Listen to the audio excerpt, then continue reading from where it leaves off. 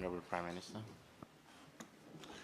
Thank you very much, Mr. Speaker. I too will be very quick. It's very late at night, and I know that we've had a long day.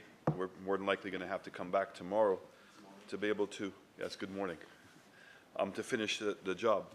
I just wanted to answer some things very, very quickly and to really clarify, because I certainly don't want there to be any misconceptions in terms of what we're doing and how we're going about this. So again, like the airport project, this is a design, build, finance project in which we're using OECC as a contractor, the overall contractor. So OECC, yes, for the roads. So OECC will also be doing this. Now, OECC has had a tremendous amount of experience in building roads throughout the region, most recently in Guatemala. And we really felt, and for the many reasons that the members on the other side brought up in terms of the quality of the roads, new technologies that are available to us, we believe that the transfer of knowledge both to the Ministry of Infrastructure as well as to the local contractors who are going to be here will help improve the standard of the roads, as well as looking at more efficient ways of being able to oversee these roads. The Ministry of Infrastructure has also, so the member from Vieux-Fort South would know, we agree with him wholeheartedly, has now invested a fair amount of money in retooling the lab at Union in order to be able to do testing and better quality testing while we're constructing the roads. He brought up the Salterbush Road. I mean, it was very clear the Salterbush Road was only an attempt to solve the problem on a short-term basis. As you know, that I mentioned the Salterbush Road in my group of roads, in which we're now going to be going in to do a full rehabilitation of that road. So I think that the member from Vieux-Fort South, hopefully in the upcoming months after the work is done, will hopefully appreciate the quality of the work that's going to be done on that very, very important road in the south. I wanted to say that the Minister for Infrastructure talked about the need for $450 million. For over $450 million. And also the fact that we're doing 55 kilometers of road. And I know that the expectation is everybody thinks that their road is going to get done. And I want to quell that enthusiasm to put this in perspective, that it's 55 kilometers based on 700 kilometers. And even if you want to take it on primary and secondary roads, it's 55 kilometers, which is about 20% of the, almost 15% of the total amount of roads that we need to be accomplished. But this government is committed to addressing the roads in our country. I point to this year, I believe the number, if I'm not mistaken, is close to 26 road fatalities that we have this year.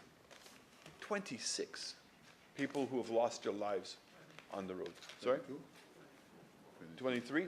I think it's gone up, you know. But anyway, I stand to be corrected. Somewhere between 23 and 26 people who have lost their lives on the roads, which is probably the greatest price that anybody has to pay. I mean, it pales in comparison to being delayed and being uncomfortable.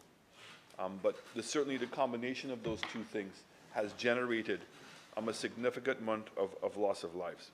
And we're extremely motivated, Mr. Speaker, in resolving that issue. So that's why the $130 million from the DFID fund, the $114 million that we're spending today, and hopefully that we're able to spend in the vicinity of another $90 million over the next couple of years with the savings that we have from having collecting the tax with the 5-year moratorium that we have on the loan. So we're talking about a total of $330 million that we're going to have to do. I also want to again say and remind us that the borrowings that we're going to be undertaking are not going to be putting any pressure on the current account of government. our primary account. We are generating tax revenues in order to be able to pay for this revenue. So there's no monies coming, any existing monies coming out of our recurrent revenue to afford to make this. So we think that this is a huge endeavor on our part. We've made the sacrifice by putting the $1.50 tax on. The public of St. Lucia have made that sacrifice. But we genuinely believe that this is going to be to their benefit. Then improving the quality of our roads, and particularly now with the resilience out there, that we not only have to build the roads to higher standards, but we've also got to take resilience into consideration. Bigger drains, looking at putting utility wires underground, slope stabilization, and the strengthening of the rivers that we've spoken about. So these are all the things that we're going to be working on. In terms of the housing, this is a critical area, and I want to say that this is only one of our projects that we're going to be doing.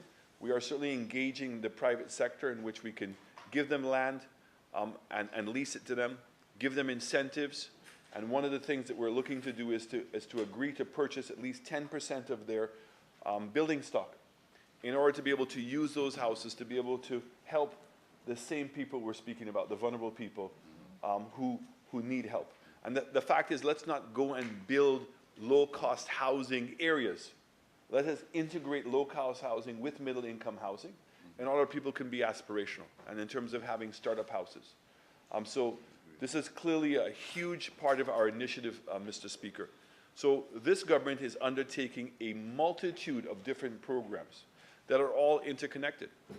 The NIP program that we're doing in terms of our infrastructure and understanding all of the assets that the government has, and making sure that we understand where they are at, and being able to evaluate them to make sure that in our future budgets that we're setting aside the money for the maintenance, because that's part of the problem. We build new roads and we take it for granted that there is an actual cost associated to it, and it's to make sure that these monies are set aside and moving forward. So at this point, Mr. Speaker, I would like to stop. It's been a long day. I think a lot has been said in support of this program. I'm very grateful for the support that we've gotten from the members on the other side and moving on this project. To be assured that I think that if you see the spectrum of constituencies that are being impacted here, we are putting St. Lucia first. And we're making sure that we're genuinely improving the overall infrastructure because, you know, unlike what has happened in the past times where constituency is bypassed, everybody drives on all roads. There's not a way to say that you have only your supporters that drive on the roads. We appreciate and recognize that, and we must improve the capacity of our country moving forward. So with that, Mr. Speaker, I want to thank you and to thank the members and look forward to their support.